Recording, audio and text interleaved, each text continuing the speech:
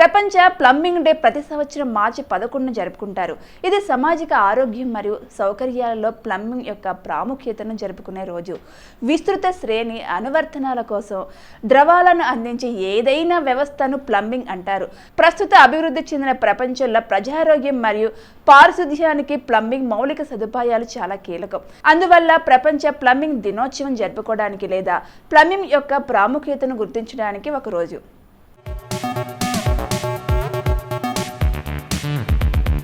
World plumbing council WPC మార్చి 2010లో స్థాపించబడింది. ప్రారంభంలో వారు సురక్షితమైన ప్లంబింగ్ ప్రయోజనాలు ప్రచారం చేయడానికి ఏడాది పొడవునా పనిచేస్తారు. కానీ 2010లో వారు క్యాలెండర్లో ఒకే రోజును పొందుపరచాలని నిర్ణయించుకున్నారు. ఆ రోజున పూర్తిగా ప్లంబింగ్కు అంకితం చేయబడింది. దీని వెనుక ఉన్న ప్రధాన లక్ష్యం ఏమిటంటే ప్రతి మార్చి 11న ప్రజల ఆరోగ్యానికి మరియు జీవన విధానాన్ని సంరక్షించడంలో ముఖ్యమైన పాత్ర పోషిస్తున్న ప్లంబింగ్ యొక్క కీలక మాత్రను ప్రతిబింబించడం ఆపివేస్తారు.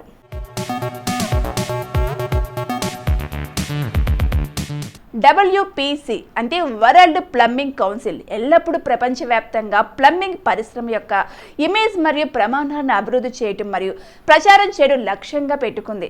WPC యొక్క మిషన్ స్టేట్మెంట్ అందరి ప్రయోజనం కోసం పర్యావరణం మరియు ప్రపంచ ఆరోగ్యానికి రక్షించడానికి మరియు సంరక్షించడానికి ప్రపంచ ప్లంబింగ్ పరిశ్రమను ఏకం చేయండి.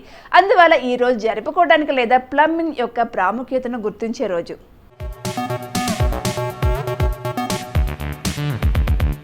1795 కుర్దల్ ఇండియా యుద్ధం. మహారథ్ మొఘలులకు ఓడించాడు. 1881 రామ్నాథ్ ఠాగూర్ విగ్రహాన్ని కలకత్తా అంటే ప్రస్తుతం కోల్కతా టౌన్ హాల్లో ఏర్పాటు చేశారు. టౌన్ హాల్లో ప్రతిష్ఠించబడిన మొదటి భారతీయురాలు ఈమె. 1999 నాస్డాక్ ఇంటర్నేషనల్ స్టాక్ ఎక్స్చేంజ్ జాబితాలో చోటు దక్కించుకున్న తొలి భారతీయ కంపెనీ ఇన్ఫోసిస్. 2009 వన్డే క్రికెట్లో అతి తక్కువ బంతులు సెంచరీ సాధించిన భారతీయుడిగా వీరేందర్ సెహ్వాగ్ రికార్డు సృష్టించారు.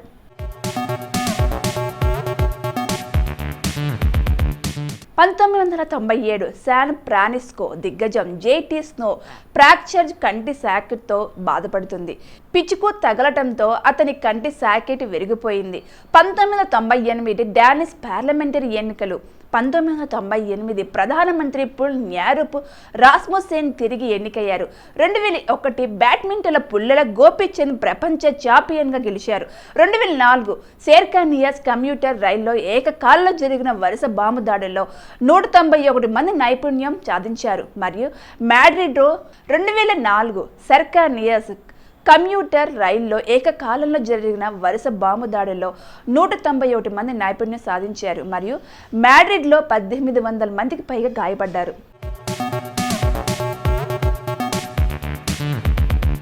2004 స్పెయిన్ రాజధాని మాడ్రిడ్లోని రైలు నెట్వర్క్ వరుస బాంబు పేలుల్లో 191 మంది మరణించారు. 2006 చిలీ దేశానికి తొలి మహిళా అధ్యక్షురాలిగా మిచెల్ బ్యాచెలెట్ బాధ్యతలు స్వీకరించారు. 2007 విడిపోయిన అబ్ఖాజియా భూభాగంలోని కోడోరో లోయలో రష్యా హెలికాప్టర్ దాడికి పాల్పడిందని జార్జియన్ అధికారులు ఆరోపించారు. 2007 సునీతా చక్రవర్తి కోల్కతా నుంచి వాఘా వరకు 2012 కిలోమీటర్ల ప్రయాణాన్ని 7 రోజుల్లో రివర్స్ గేర్లో పూర్తి చేశారు.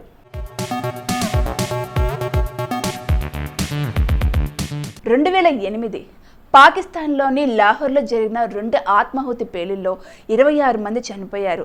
2009 జర్మనీలోని వెన్నెండోన్లోని సెకండరీ స్కూల్లో ఒక టీనేజ్ ముష్కరుడు కాల్పులు జరుపుతూ తనతో సహా 16 మందిని చంపాడు.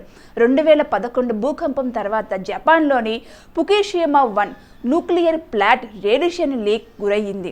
దీనివల్ల సమీపంలోని వేలాది మంది నివాసితులు ఖాళీ చేయబడ్డారు. 2011 జపాన్ యొక్క ఈశాన్య తీరంలో భారీ భూకంపం సంభవించింది. మరి ఫుకుషిమా 1 న్యూక్లియర్ పవర్ ప్లాంట్లో అణు విపత్తు సంభవించింది.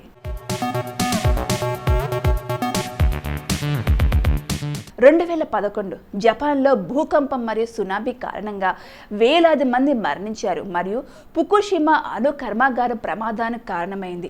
2012 క్రాస్మాహోర్కా అగ్ని ప్రమాదం కారణంగా భారీగా దెబ్బతిన్నది. ఇది ఒక చారిత్రాత్మక సోవికియన్ కోట.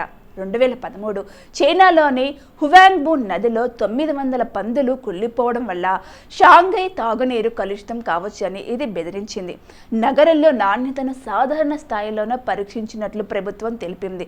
2014 మైగ్రేన్ తలనొప్పి చికిత్స కోసం US food and drug administration electric serve stimulating పరికరాన్ని ఆమోదించింది.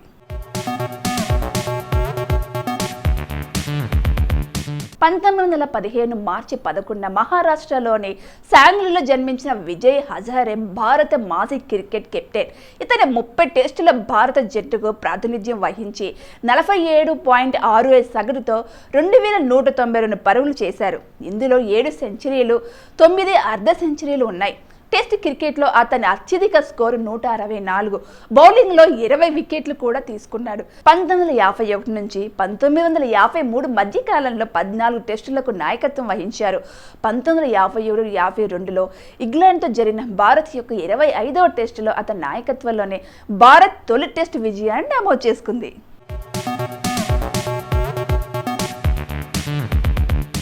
మాధవ పెద్ది సత్యం తెలుగు సినిమా నేపథ్య గాయకుడు, రంగస్థల నటుడు.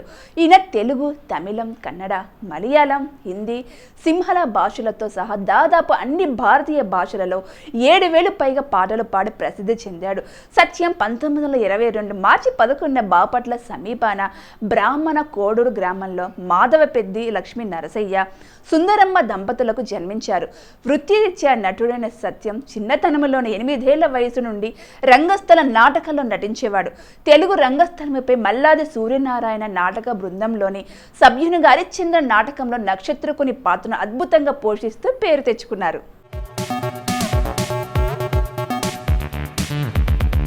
కెప్టెన్ అమరీందర్ సింగ్ ఒక భారతీయ రాజకీయ నాయకుడు, సైనిక చరిత్రకారుడు, మాజీ రాయల్ మరియు ఇండియన్ ఆర్మీ అనుభవజ్ఞుడు. అతను పంజాబ్ 15వ ముఖ్యమంత్రిగా పనిచేశాడు. పంజాబ్ మాజీ శాసనసభ సభ్యుడు మరియు పార్లమెంటు సభ్యుడు, లోక్సభ. అతను పంజాబ్ ప్రదేశ్ కాంగ్రెస్ కమిటీకి అధ్యక్షుడు కూడా. అతను గతంలో 2002 నుండి 2007 వరకు మరియు 2017 నుండి 2021 వరకు పంజాబ్ ముఖ్యమంత్రిగా కూడా పనిచేశారు. సింగ్ 1942 మార్చి 11న బ్రిటిష్ ఇండియాలోని పాటియాలా రాష్ట్రం పంజాబ్ ప్రావిన్స్లోని పటియాలా నగరంలో సిద్ధు వంశానికి చెందిన రాజ పంజాబీ జాట్ సిక్ కుటుంబంలో తల్లిదండ్రులు మహారాజా సర్ యాదవీంద్ర సింగ్ మరియు పటియాలాకు చెందిన మహారాణి మోహిందర్ కౌర్లకు జన్మించారు.